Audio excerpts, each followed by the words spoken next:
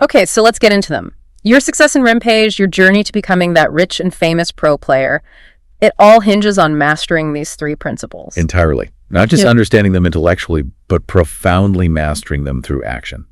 They aren't just suggestions. They are the fundamental keys. The keys to unlocking your deepest potential and making those dreams a tangible reality. All right. Law 1. This sounds foundational. The law of winning steal greatness. And the core mandate is clear. Win more, win better, become undeniable. Yep. This is where raw skill meets irrefutable proof. This framework is just brilliant in its simplicity and how actionable it is. Win more puts the immediate focus squarely on quantity. Just rack them up. The goal is to build an undeniable record through sheer, consistent volume of victories. You know the saying, numbers don't lie. Well, it's never been truer than in Rimpage. This aspect builds that solid quantitative foundation for your reputation. It shows consistent activity, initial success, it builds momentum. But as we kind of hinted at earlier with that Cato example we'll get to, quantity alone isn't the whole story, right? That's where win better comes in. Exactly. Win better shifts the focus critically to the quality of your opponents. You validate your wins, you truly steal greatness by consistently seeking out and decisively defeating high-status opponents. Who qualifies as high status? Players with established names, maybe a respected reputation in your city, or players with demonstrably higher skill levels, maybe higher rankings. These quality wins, they just carry significant weight in the Rimpage ecosystem and, frankly, beyond. They prove something more. They demonstrate true superiority. They prove your skill where it truly matters most against the competition that genuinely defines excellence in your area. It's about proving you can hang with and beat the best. Okay, so why is this framework win more, win better considered so revolutionary? And why does it work universally? Several key reasons, and they kind of interconnect. First, it taps into this fundamental, almost primal, universal human desire for winners. Think about it. Leagues, fans, brands, media. They are instinctively, powerfully drawn to success and excellence. Everybody deep down wants to align themselves with a winner. Your wins become your most compelling resume, your best marketing tool. I get that. But don't traditional systems also say they reward skill? How is Rimpage really different in making sure the best rise to the top, especially with all the subjective stuff in traditional sports coach, favoritism, politics, scouting biases? That's a great question, and it hits the nail on the head about where Rimpage diverges. Traditional basketball claims skill is paramount, but how it measures that skill, often clouded by external factors, right? Team needs, coach's system, politics. Yeah, definitely. Rimpage strips all that away. Skill, in its purest form here, is objectively measured through performance, specifically through head-to-head winning. It's direct, it's undeniable proof. This structure ensures that the truly best, the most skilled, will rise because there's simply nowhere to hide behind team dynamics or coaching decisions or hype. It's just you versus them, skill on skill. And this leads to a really game-changing insight. The actual platform doesn't matter as much as the proof. Precisely. The demonstration of superior skill through winning fundamentally transcends specific leagues, traditional structures, or fancy stages. A documented winner in Rimpage, someone proving their dominance in direct, recorded challenges. They can achieve the same rewards, the fame, the fortune, the respect, as maybe even a winner in the NBA. How so? Because the underlying principle of rewarding the best in skill-based contests is universal. It doesn't matter what logo is on the court if the proof of superiority is undeniable. It basically democratizes greatness. Skill becomes the ultimate authority. So winning isn't just about the scoreboard, it becomes currency. It becomes a multifaceted currency in the most profound sense. We're talking direct, tangible equivalences here. Winning equals currency, marketing, access, freedom. Think about it. Okay, break that down. Currency. Your wins can directly translate into money. Sponsorships, challenge matches with stakes, pay-per-view events you headline. Marketing. Your wins are your marketing. Forget fancy PR teams. Your documented victories speak louder, building your brand organically and powerfully. People talk about winners. Access. Suddenly, doors start opening. Opportunities you couldn't even dream of reaching before, invitations to exclusive events, connections with influential people, bigger platforms to showcase your talent. Winning grants access. Okay. Freedom. And maybe most importantly, winning buys you autonomy. The freedom to choose your path, dictate your terms, call your shots, completely unconstrained by traditional systems or gatekeepers telling you what you can or can't do. Wow. So every single door you want to open, sponsorships, fans, respect, money, fame, they all have the same key? This single indispensable key.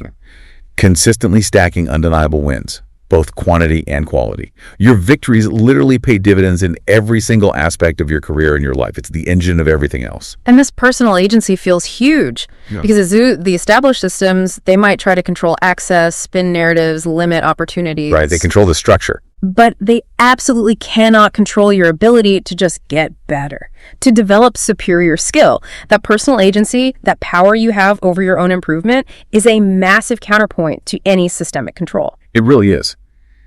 Superior skill, when it's proven consistently through winning, becomes undeniable. And eventually, it will demand respect, regardless of whether some traditional system chooses to formally endorse it or not. It's like a defiant path to greatness built purely on merit. Let's make this concrete. Tell me about Ben's transformation.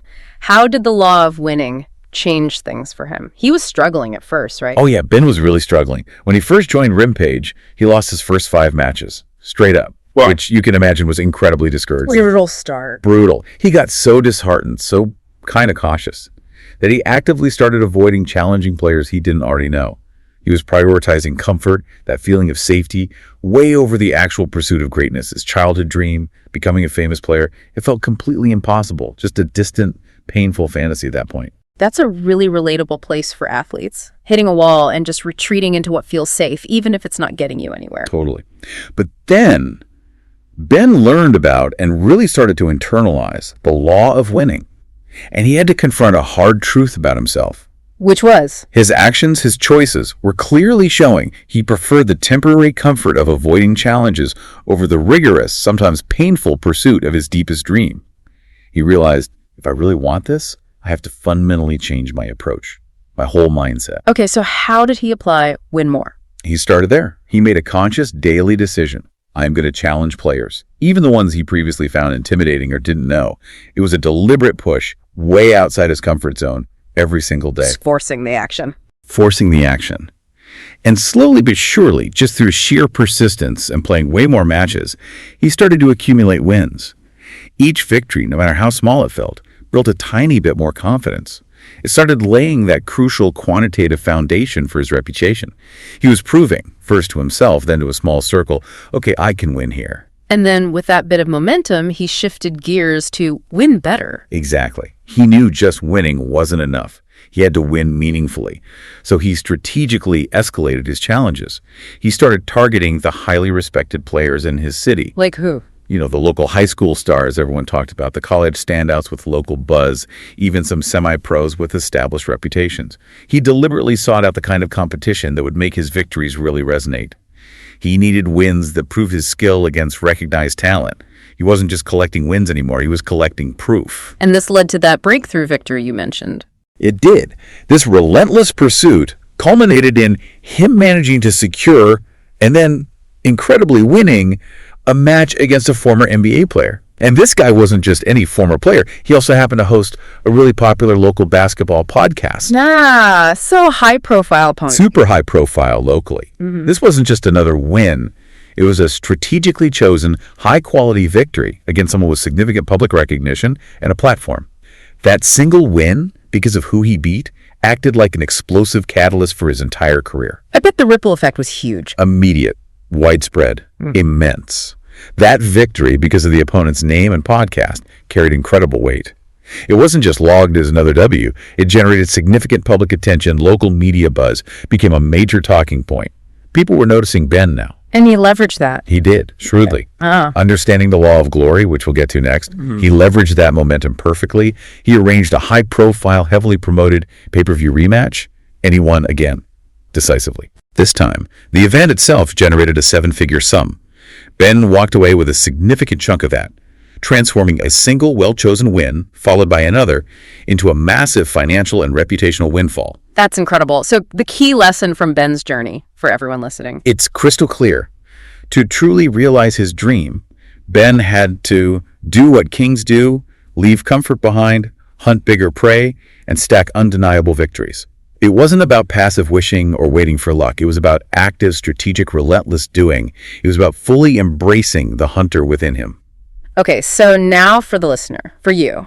How can you apply this law of winning to your own journey? Whether you're brand new to Rimpage or maybe you're that seasoned player feeling stuck, let's break it down starting with win more. Right. First step, honestly evaluate your current output. Be real. How many matches did you actually win last month?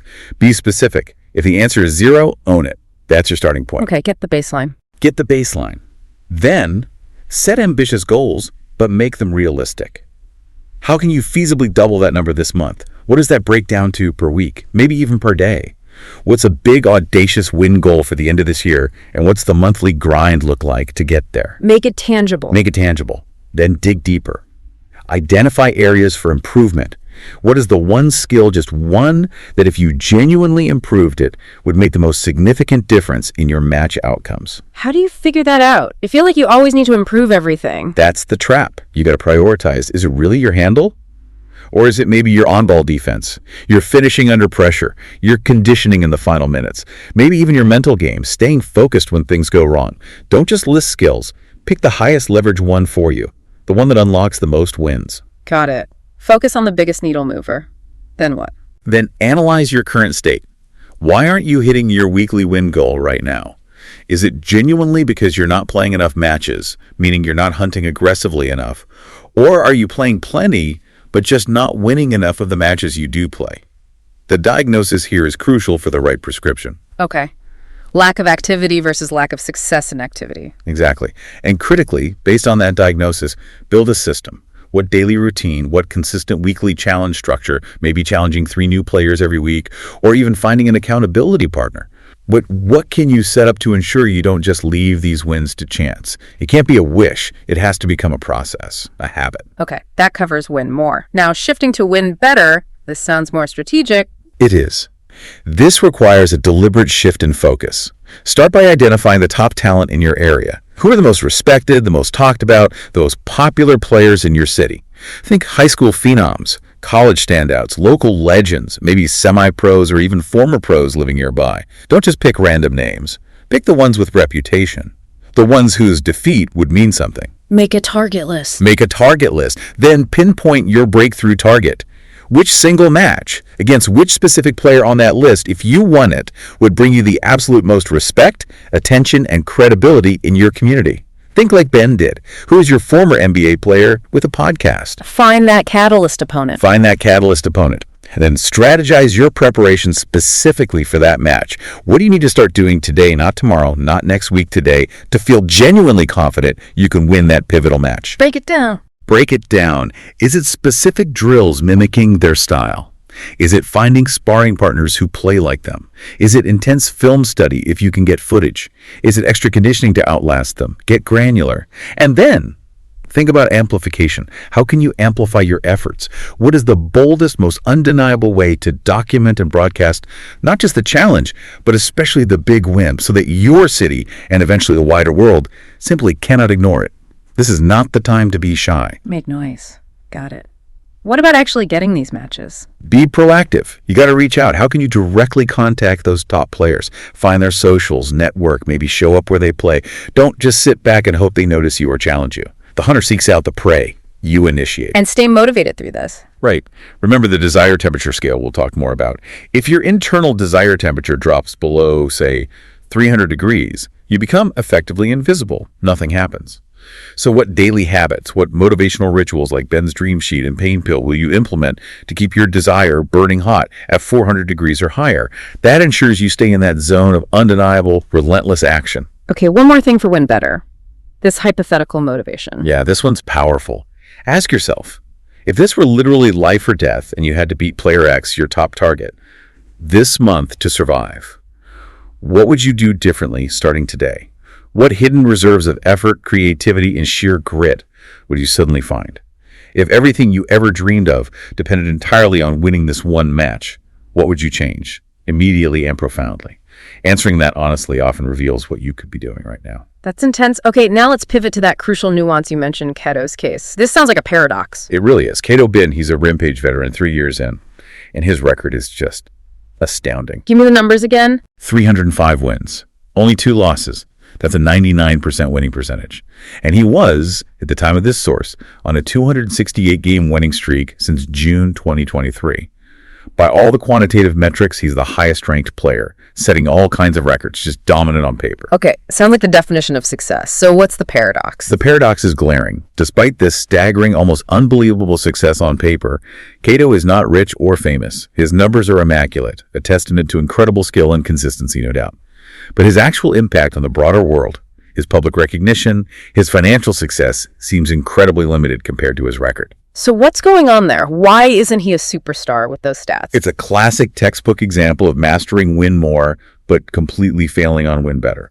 Cato absolutely crushed the win more part. He accumulated an undeniable quantity of victories. The numbers are there. Nobody can argue with 305 and 2. Right. However, he critically failed on win better. In all those hundreds of matches, he hasn't defeated anyone of note, of status, and reputation. His wins, while incredibly numerous, lack the quality, the significance required to translate into widespread fame and fortune. He was beating everybody, sure, but everybody who? They were mostly unknown, lower-ranked players. So the takeaway from Cato is huge. Huge. His case powerfully illustrates that both quantity and quality are absolutely, unequivocally essential for true, holistic success in Rimpage. A massive volume of wins is impressive, yes, but ultimately insufficient if those wins lack significant weight against top-tier, recognized competition. And the reverse is also true. Exactly. A single high-quality win, while great, won't make you a legend without a consistent record to back it up. Cato shows us you absolutely need both sides of that coin, the sheer volume and the strategic, impactful victories over notable opponents to build an undeniable legacy and reap the rewards. Okay, that makes perfect sense. You need the foundation and the highlights.